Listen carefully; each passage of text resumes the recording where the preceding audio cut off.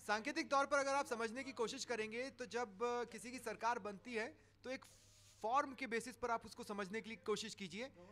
डब्बे बने हैं, विधानसभा स्पीकर के नाम पे टिक हो चुका है, सीएम के नाम पे टिक हो चुका है, दो डिप्टी सीएम के डिब्बों पर भी टिक लग चुका है, लेकिन उसके नीचे आता है मंत्रिमंडल। उसमें किसके नामों पर टिक लगेगा, ये चर्चा का विषय अब शुरू हो चुका है। मैं इस पर बातचीत करूंगा। हमारे साथ चैनल के डायरेक्टर जितेंद्र जी हैं, सहयोगी रवि बिश्नोई भी हैं। जितेंद्र जी, मंत्रिमंडल किस तरह का देख रहे हैं आप? डब्बों पे जो टिक लगेंगे, कास्ट बेसिस पर, फेस बेसिस पर, क्या होगा? देखिए, जो सोशल इंजीनियरिंग की बात कर रहे हैं हम, तो सोशल इंजीनियरिंग में सबसे बड़े जो आज मुख्यमंत्री और दो उप मुख्यमंत्रियों के नामों की घोषणा हो गई, तो वो पूरी सोशल इंजीनियरिंग की रणनीति के तहत ही था। अब तीन बड़े वर्ग हैं जो अभी भी शेष बचे हुए हैं, उनको बड़ी भूमिका कैबिनेट में मिलेगी। उसमें मीणा समाज है, गुजर समाज है, वहीं जाट समाज है। ये तीनों ही राजस्थान में बड़े पैमाने पर अलग अलग क्षेत्रों में बसे हुए हैं और वोट बैंक भी अच्छा वोट बैंक है। हालांकि ये कहा जाता है कि ये जाति जिनके साथ रहती है सरकार उसी पार्टी की बनती है।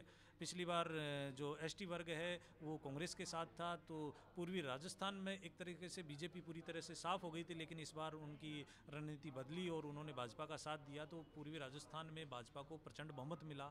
तो कहीं ना कहीं कैबिनेट में मीणा, गुजर, जाट, इनको बाहुल्य रूप से देखा जाएगा। जयपुर की जहां बात करें तो जयपुर के तीनों ही पद जो अब तक मिले हैं वो डिप्टी सीएम और सीएम के वो जयपुर ज़िले से आते हैं। तो ऐसे में कैबिनेट में कोई बड़ी जिम्मेदारी अब जयपुर के किसी विधायक को मिलेगी। शायद ही एक या दो मंत्री, एक राज्य मंत्री और एक कैबिनेट मंत्री की भूमिका हो सकती है। बात करें भरतपुर संभाग से दो मंत्री आ सकते हैं, जिसमें से एक प्रॉपर भरतपुर से रह सकता है, दूसरा करौली या धौलपुर से कहा जाएगा, क्योंकि इस क्षेत्र में पार्टी को पहली बार इतनी बड़ी भूमिका में जो बड़े दिग्गज नेताओं थे उनको हराने के बाद में पार्टी जीत कर आई है, तो वहाँ मिल सकती है।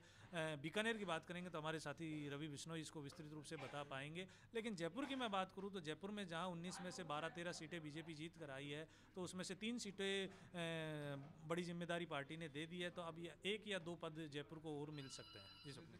लेकिन अगर हम देखें कि अब से पहले तक 33 जिले साधने होते थे, अब जिलों की संख्या बढ़ चुकी है और उतने तो नहीं साधे जा सकते। अब ये फैसले संभाग स्तर पर होंगे।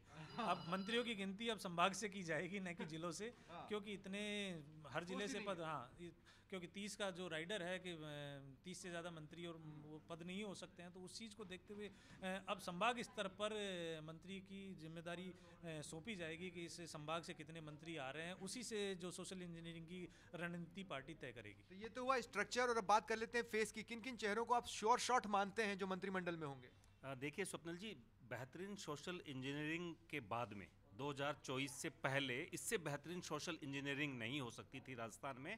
अब मुझे ऐसा लगता है कि कैबिनेट में बेहतरीन प्रशासनिक प्रबंधन किया जाएगा कि किस तरह से स्टेट को चलाना है। देखिए, नकल गिरोह जो पनपा है, किस तरह से युवा दुखी हो रहे थे, इलेक्शन अपनी पेपर उनके लीक हो रहे थे, किस तरह से भ्रष्टाचार की बात आ रही थी, किस तरह से महिलाओं पर अत्याचार हो रहे थे, किस तरह से हत्या और लूटपाट हो रहे थे। अभी देखिए, सरकार जाते जाते फिर भी अशोक गहलोत पर आरोप लग रहे थे कि उन्होंने गोगा मेडी को सुरक्षा मुहैया नहीं कराई। तो मुझे ऐसा लगता है कि अब जो कैबिनेट बनने वाली है वो बेहतरीन प्रशासकीय प्रबंधन के रूप में बनेगी। और भजन लाल चूंकि जमीन से जुड़े हुए भारतीय जनता पार्टी के कार्यकर्ता हैं, इन्होंने दरी भी उठाई है, इन्होंने पेन कलम भी चलाया है। अब देखिए, महामंत्री का जो काम होता है, किस तरह से पार्टी के भीतर इन्होंने कार्यकर्ताओं को साध कर रखा है। तो मुझे ऐसा पूरा विश्वास है कि 2024 के लोकसभा चुनाव से पहले राजस्थान की समूची तस्वीर बदलने का प्रयास भजनलाल के द्वारा कहीं न कहीं किया जाएगा और उसका जो रचना रची जाएगी वो बेहतरीन प्रशासकीय प्रबंधन से,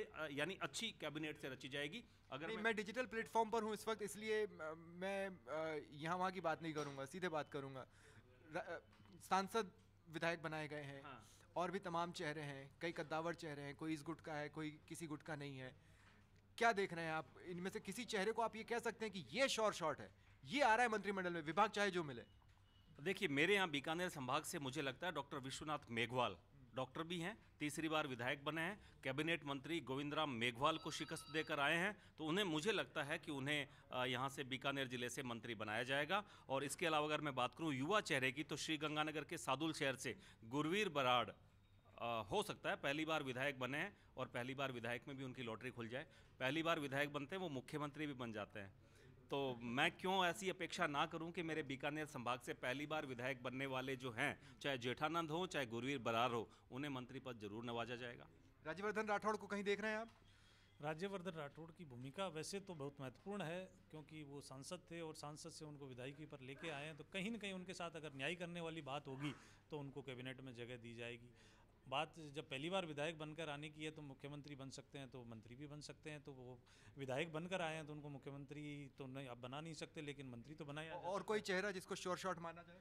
देखिए, दौसा जिले से पहली बार जो चारों ही विधायक अब के आए हैं, 5 में से 4 सीटें जीते आए, वो पहली बार विधायक बने हैं। तो मैं कहूँगा कि लालसोट से रामविलास मीणा को मौका मिल सकता है, क्योंकि उन्होंने एक कैबिनेट मंत्री है प्रसादी लाल मीणा की, जो मीणा समुदाय के बड़े दिग्गज नेता माने जाते थे, उनको 47,000 से ज़्यादा वोटों से हरा कर आए हैं और एक बड़े किरोड़ीलाल मीणा के खास माने जाते हैं और बड़े क्षेत्र में उन्होंने अपनी अच्छी पहचान और पकड़ बनाई है। तो कहीं ना कहीं उनको मौका मिल सकता है। एक चेहरा और जिस पर मैं आप दोनों में से जो भी बोलना चाहे आप मुझे इशारा करते हैं, मैं उसके पास आ जाऊंगा।